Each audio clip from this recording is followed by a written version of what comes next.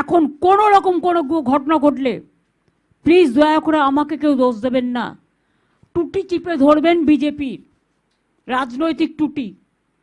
ভবানীপুরে শুভেন্দু অধিকারীর দাঁড়ানো নিয়ে তিনবার প্রশ্ন করেছিলেন সাংবাদিকরা মমতা বন্দ্যোপাধ্যায়কে, আর তিনবারই মমতা বন্দ্যোপাধ্যায় সেটিকে প্রত্যাখ্যান করে যা বুঝিয়ে দিলেন যে তিনি প্রস্তুত নন, এবং তার বডি ল্যাঙ্গুয়েজ পর্যন্ত এখনো পর্যন্ত স্থির হয়নি। সম্ভবত আইপ্যাক তাকে লাইনটা স্থির করে দেয়নি যে কোন লাইনে শুভেন্দু অধিকারীকে অ্যাটাক করতে হবে।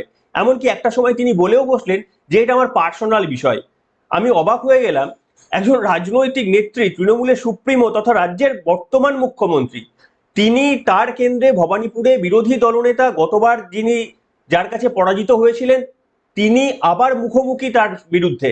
সেই প্রসঙ্গে মমতা বন্দ্যোপাধ্যায় রাজনৈতিক বক্তব্য না বলে তিনি বলছেন এটা আমার পার্সোনাল প্রবলেম বা পার্সোনাল বিষয়। আমি অবাক হয়ে গেলাম মমতা বন্দ্যোপাধ্যায় এতটা আনপ্রিপেয়ার্ড।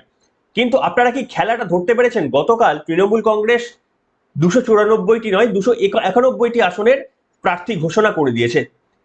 এই 291টি আসনের ঘোষণার মধ্যে সব থেকে ইম্পর্টেন্ট এবং সব থেকে অবাক করা বিষয় কোনটা জানেন? আপনারা খেয়াল করেছেন কি? করেননি হয়তো। সেটা হচ্ছে নন্দীগ্রামে পবিত্র করকে দাঁড় করিয়ে দেওয়া হয়েছে, এবং ঠিক কয়েক ঘন্টা মাত্র আগে, হয়তো একেবারেই সকালবেলায় পবিত্র কর অভিষেক বন্দ্যোপাধ্যায়ের হাত ধরে তৃণমূলে জয়েন করলেন বিজেপি থেকে। আমি তার বিস্তারিত ব্যাখ্যায় আসব। এবং তার কয়েক ঘন্টার মধ্যেই তাকে আবার বিজেপির বিরুদ্ধে, শুভেন্দু অধিকারীর বিরুদ্ধে তাকে নন্দীগ্রামে লড়িয়ে দেওয়া হলো। আপনারা কি কেউ ধরতে পারবেন? আমি বুঝি যে সিম্পল অ্যাজ এবিসির দর্শকরা তারা সবাই রাজনৈতিক বুদ্ধি ধরেন। আচ্ছা, দেখি তো আপনারা কতজন বলতে পারেন যে এই ম্যাচটাকে কেন মমতা বন্দ্যোপাধ্যায় ছেড়ে দিলেন? একটা একটা একটা সিট কতটা গুরুত্বপূর্ণ, যেখানে হেরেছিলেন গতবার, এবারে কেন কঠিন কোনো প্রতিপক্ষ দিলেন না? কার্যত বাঘের সামনে একটা ইঁদুরকে ফেলে দিলেন। কেন বলুন তো এমনটা করলেন মমতা বন্দ্যোপাধ্যায়? যদি এটা নিজে থেকেই বুঝতে পেরে থাকেন, তার মানে আপনি যথেষ্ট রাজনৈতিক বুদ্ধি ধরেন। আর বাকিটা আমার বক্তব্যের সঙ্গে মিলিয়ে নেবেন। যদি পছন্দ করেন একটা লাইক দিতে ভুলবেন না। নমস্কার, welcome to simple as a বিষয়। আপনাদের সকলকে স্বাগত জানিয়ে শুরু করছি অত্যন্ত গুরুত্বপূর্ণ বিষয়। আমি মমতা বন্দ্যোপাধ্যায়ের প্রথমে 2-3টি অংশ ছোট্ট করে শুনিনি, যে মমতা বন্দ্যোপাধ্যায়কে শুভেন্দু অধিকারী সম্পর্কে প্রশ্ন করলেই তিনি কোথাও গিয়ে বলছেন যে ওটা আমাদের ব্যক্তিগত বিষয়, কিংবা তিনি প্রশ্নটাকে এড়িয়ে গেলেন। কিছুতেই সেই প্রশ্নের জবাব দেওয়ার আর হিম্মত খুঁজে পেলেন না রাজ্যের মাননীয় মুখ্যমন্ত্রী। বলতে তো আপনাকে হবেই, রাজনৈতিক প্রতিপক্ষ শুভেন্দু অধিকারী, যার কাছে আপনি হেরেছিলেন, আর এবারেও যদি আপনি হারেন শুভেন্দু অধিকারীর কাছে, তাহলে তৃণমূল জিতলেও আপনার রাজনৈতিক কেরিয়ার যে খতম হয়ে যাবে, বলতে আপনাকে হবে। আপনি হয়তো একদিনের জন্য অ্যাভয়েড করতে পারলেন, সারা জীবনের জন্য মানে এই এই নির্বাচন পর্বে তো আর অ্যাভয়েড করতে পারবেন না। শোনাবো মুখ্যমন্ত্রীর শুধুমাত্র ভয় এবং উদ্বেগটা দেখুন। শুধুমাত্র শুভেন্দু অধিকারী তার গড়ে চলে এসেছেন, এখন তিনি ভবানীপুর থেকে সরে গিয়ে অন্য জায়গায় প্রার্থী হতে পারলেন না, কারণ এটা চক্ষু লজ্জার মারাত্মক, এবং এটাই পরাজয়ের শিকার হয়ে যাবে। তিনি বাধ্য হয়ে ভবানীপুরেই লড়তে বাধ্য হলেন।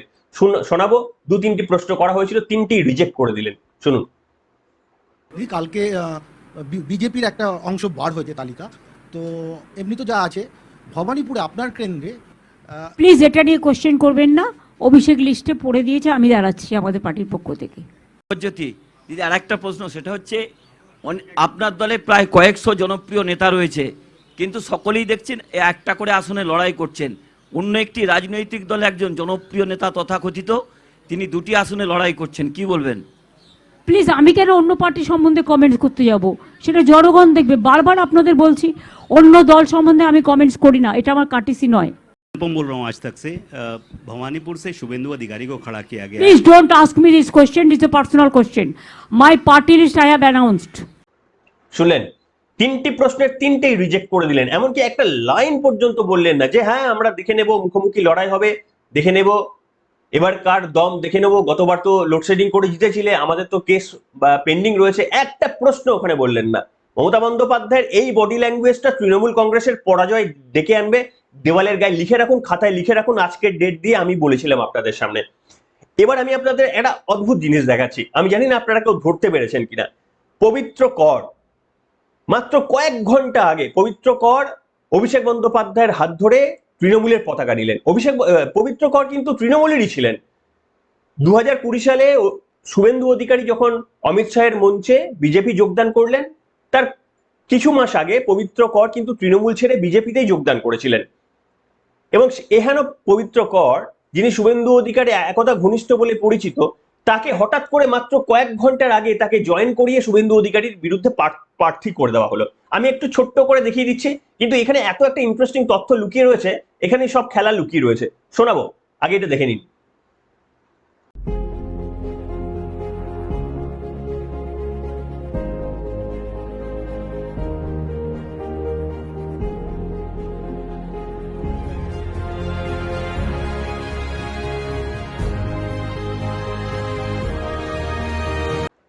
দেখলেন? আচ্ছা, এবার আপনারা বলুন যে কেন পবিত্র কর, কেন ছেড়ে দেওয়া হলো, কেন শুভেন্দু অধিকারীকে উন্মুক্ত গোল করে দেওয়ার সুযোগ করে দেওয়া হলো? পবিত্র কর শুভেন্দু অধিকারীর নখের যোগ্য নয়। শুভেন্দু অধিকারী হেডেকটা অনেক চলে গেল যে তাকে দুটো কেন্দ্রে ছোটাছুটি করতে হবে না, নন্দীগ্রাম তিনি জিতে গেছেন, লিখে নিন, এমনি মানে কিছু করতে হবে না, আর ভবানীপুর তিনি ফোকাস করতে পারবেন। কিন্তু কেন এই পরিস্থিতি, কেন এই ভুলটা করে বসলো? এটা বাধ্য হলো, চেকমেট হয়ে গেল তৃণমূল কংগ্রেস, এখানে চেকমেট হয়ে গেল। তৃণমূল কংগ্রেস বাধ্য হলো এই পদক্ষেপটা নিতে। কেন ধরতে পেরেছেন? কারণ আমি আপনাদের সামনে বুঝিয়ে বলছি। কোন কঠিন প্রার্থীকে তৃণমূল কংগ্রেস দাঁড় করাতেই পারতো সেখান থেকে, নন্দীগ্রাম থেকে। কেন তৃণমূল কংগ্রেস দাঁড় করালো না? কারণ ধরুন কোন কঠিন প্রার্থীকে দাঁড় করালো এবং বাই চান্স হাড্ডাহাড্ডি লড়াই হলো শুভেন্দু অধিকারীর সঙ্গে, তর্কের খাতিরে ধরেও নিন যে তৃণমূলের প্রার্থী শুভেন্দু অধিকারীকে হারিয়ে জিতেও গেল, তাহলে প্রবলেমটা কার হবে বলুন তো? তৃণমূল কংগ্রেসের ওটা জয় হবে না, ওটা গলার কাঁটা হয়ে যাবে। লোকজন বলবে যে গতবারে মমতা বন্দ্যোপাধ্যায়ের মতো হেভিওয়েট নন্দীগ্রামে থেকে পায়ে ব্যান্ডেজ করে ঘুরেও নন্দীগ্রামের সিটটা বার করতে পারলেন না, অথচ তিনি যাকে দাঁড় করালেন তিনি শুভেন্দু অধিকারীকে হারিয়ে দিলেন। তাই সেই কারণে এমন একজন প্রার্থীকে দেওয়া হলো যাতে করে শুভেন্দু অধিকারী যেন বেশি মার্জিনে হারাতে পারে। গতবার মমতা বন্দ্যোপাধ্যায়কে যতটা মার্জিনে হারিয়েছিলেন তার থেকে যেন আরো একটু বেশি মার্জিনে হারাতে পারে, যেন মমতা বন্দ্যোপাধ্যায়ের মুখ রক্ষাটা হয় যে আমি তো কম মার্জিনে হেরেছিলাম, দেখো আমি তো পাঠিয়েছিলাম কত মার্জিন, ওদের লোককেই পাঠিয়েছিলাম। তৃণমূলের কোনো লোককে পাঠাতে সাহস করলো না, বিজেপির লোককে পাঠালো, দেখো ওদেরই লোককে পাঠালাম, কত মার্জিনে হেরে গেল দেখো, আমি তো তবুও তো কত ফাইট করেছিলাম। মানে এইখানে মমতা বন্দ্যোপাধ্যায় রিস্ক নিতে পারলেন না। বাই চান্স এমন একটা কঠিন প্রার্থী, ধরুন অভিষেক বন্দ্যোপাধ্যায় দাঁড়িয়ে গেল, সেবাশ্রয় খুলেছিলেন, হ্যান্ড খুলেছিলেন, দাঁড়াতে পারতেন তো অভিষেক বন্দ্যোপাধ্যায় দম নিয়ে। যদি অভিষেক বন্দ্যোপাধ্যায় ফর এক্সাম্পল জিতে যেত, তাহলে কি হতো? প্রতিষ্ঠা হয়ে যেত যে মমতা বন্দ্যোপাধ্যায়ের থেকে যোগ্য অভিষেক বন্দ্যোপাধ্যায়। সেই কারণে মমতা বন্দ্যোপাধ্যায় আর দ্বিতীয় কারুর নাম ভাবেননি, ওখানে একটা কমা প্রার্থীকে নে বাবা শুভেন্দু, তুই আগেই ভোটটা নিয়ে নে, তুই আগেই তোর নন্দীগ্রামে আমি বলে দিচ্ছি তুই জিতে যা, এরকম ভাবে ওয়াক ওভার দিয়ে দিল শুভেন্দু অধিকারীকে। এনিওয়ে, এটা আপনারা যারা ধরতে পেরেছেন তাদের কনগ্রাটস, যারা ধরতে পারেননি আমার বিষয়ের সঙ্গে যদি সহমত করেন তাহলে একটু বলবেন, লিখবেন কমেন্টে। এখানে আমি আপনাদের সামনে অনেক বলার আছে, একটু শুনবেন। আজকে নির্বাচন কমিশন দারুণ সিদ্ধান্ত নিয়েছে। নির্বাচন কমিশন প্রথমেই আপনাদের গতকাল আমি বলেছিলাম যে মুখ্য সচিবকে কোনো রাজ্যে সরানো হয় না, এই এত করাপ্টেড একটা রাজ্য, তাদের আমলাগুলো এত করাপ্টেড, নন্দিনী চক্রবর্তী ম্যাডামের লজ্জা হওয়া উচিত যে সরিয়ে দেওয়া হলো। নির্বাচন কমিশন আস্থা রাখে না এই সমস্ত এদের ওপর, আমলাদের ওপর। মুখ্য সচিব, স্বরাষ্ট্র সচিব, ডিজিপি, ডিজি কারা থেকে শুরু করে আপনার ডিজি আইন শৃঙ্খলা, বিনীত গোয়েল, সবাইকে সরিয়ে দিল। এরপরে গতকালও থামেনি, মমতা বন্দ্যোপাধ্যায় মাঝরাতে চিঠি দিয়ে দিলেন, তারপরেও কিন্তু আবারও 13 জন আইপিএস কে, পুলিশ সুপারকে সরিয়ে দিল। সে ডায়মন্ড হারবার থেকে শুরু করে বিভিন্ন জেলার পুলিশ সুপারদের বদলি করে দিল, যারা এতদিন আমরা যারা খবর রাখি তারা জানি এরা তৃণমূলের ভাবে ব্যাটিং করতেন, তাদেরকে সরিয়ে দিল। আমি এবার আপনাদের সামনে বলছি আরো কত চমক আপনারা দেখবেন, শুধু এবারে অপেক্ষা করুন। এবারে এআই এর ব্যবস্থা কর, আপনি প্রার্থী তালিকা নিয়ে আলোচনায় আসবো যে এবারে কি কি তৃণমূলের প্রার্থী তালিকায় দারুণ দারুণ কিছু চমক রয়েছে, কিছু কিছু চোরের জায়গা হয়েছে, সেখানে যারা চুরি করেছিলেন তারা জায়গা পেয়েছেন, সেই জায়গাটাই আসবো। কিন্তু তার আগে আরো একটা গুরুত্বপূর্ণ বিষয় জানিয়ে নিই, যেটাও খুব ইন্টারেস্টিং, আপনারা একটু শুনে নিন।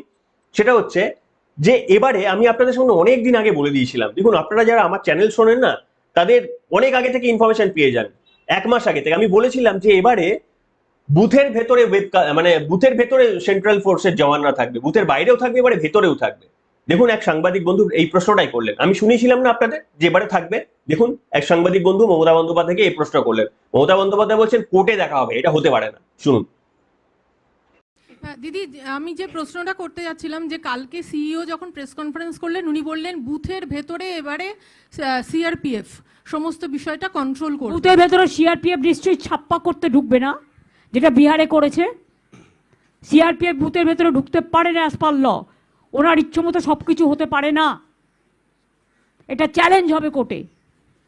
Inside the both only the voters will be allowed. They cannot see who are voting for whom.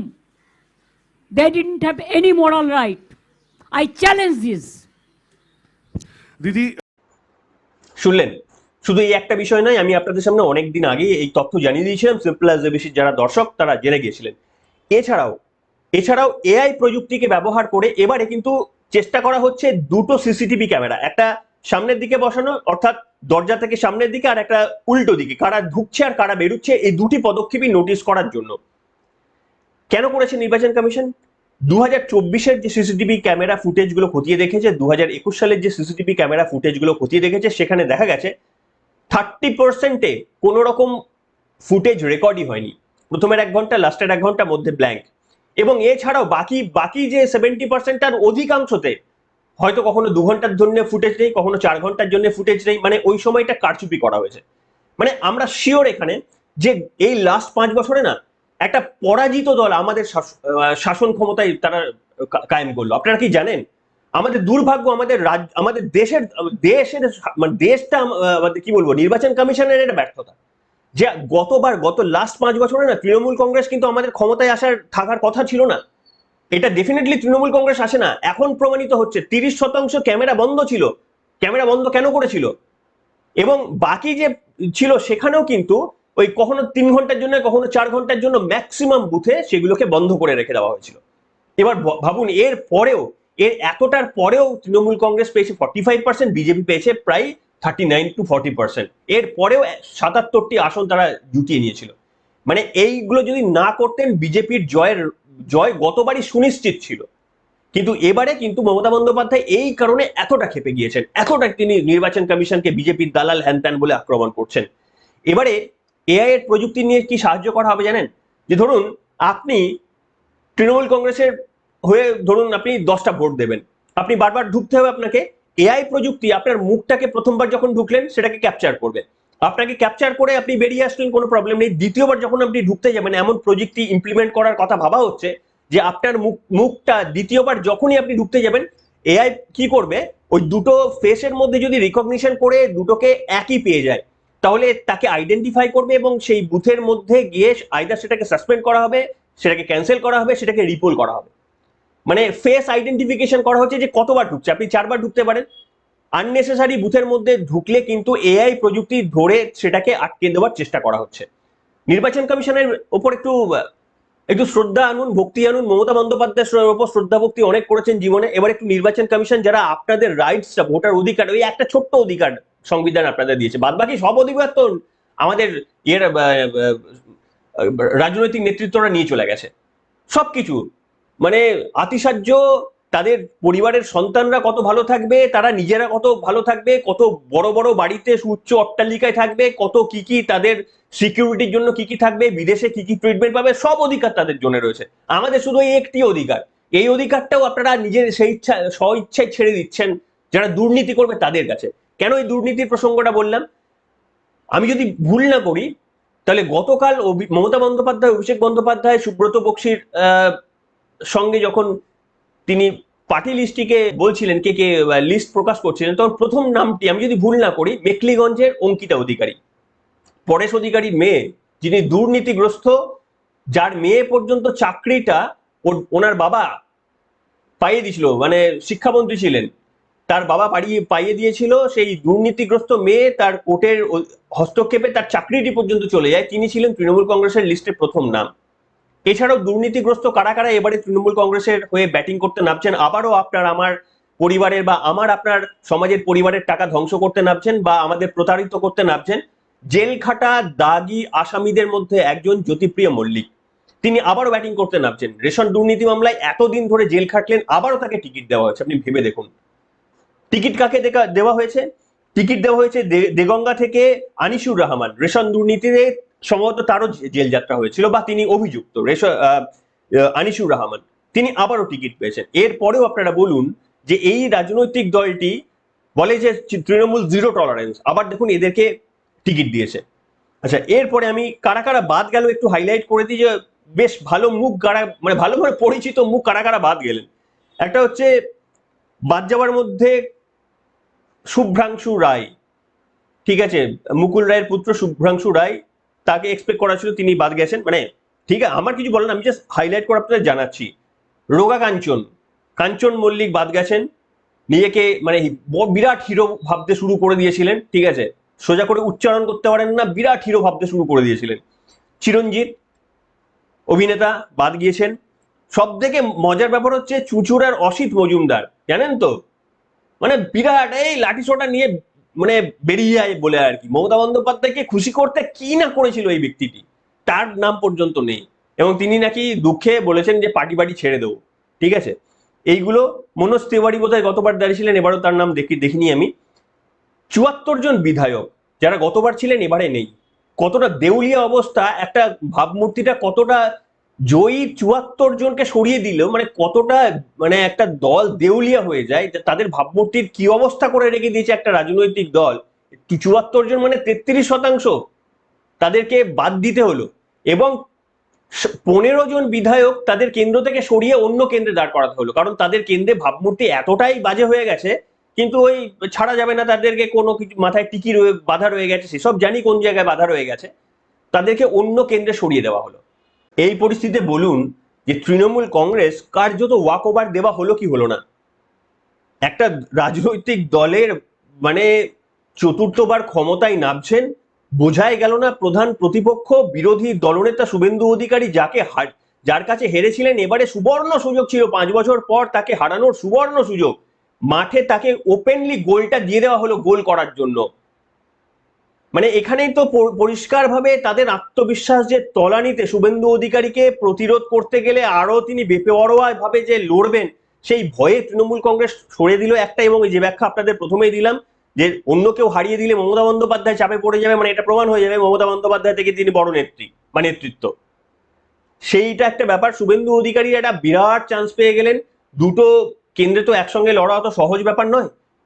তো শুভেন্দু অধিকারী এবার পুরো ভবানীপুরে কনসেন্ট্রেট করতে পারবেন, তার কারণ ওই যে রয়েছেন সে শুভেন্দু অধিকারীর হয়ে ব্যাট করবেন। দেখুন না, ওই যাকে দাঁড় করিয়েছে পবিত্র কর, সে হয়তো শুভেন্দু অধিকারীর হয়ে ব্যাট করবেন, সে শুভেন্দু অধিকারীর হয়েই ভোট ফোট করাবেন, ওখানে শুভেন্দু অধিকারী এমন দাপট রয়েছে, ঠিক আছে। শুভেন্দু অধিকারী নিশ্চিন্তি হয়ে গেলেন যে যাক, আমাকে ওই দুটো পরীক্ষার মধ্যে একটা পরীক্ষা তো মমতা বন্দ্যোপাধ্যায় মানে ভয়ে ফেলে দিলেন, কারণ তিনি বড় নেত্রী এটা প্রমাণ করার জন্য, ইগোর লড়াইয়ের জন্য তিনি ছেড়ে দিয়েছেন। আর দ্বিতীয়টা, ভবানীপুরে শুভেন্দু অধিকারীর এই 50% কাজ বাকি থেকে গেল। তর্কের খাতিরে যদি তৃণমূল কংগ্রেস জিতেও যায় আর মমতা বন্দ্যোপাধ্যায় যদি হেরেও যায়, এই রাজনৈতিক দলটার আর কিচ্ছু থাকবে না, এমনিতে সেটা হবার নয়।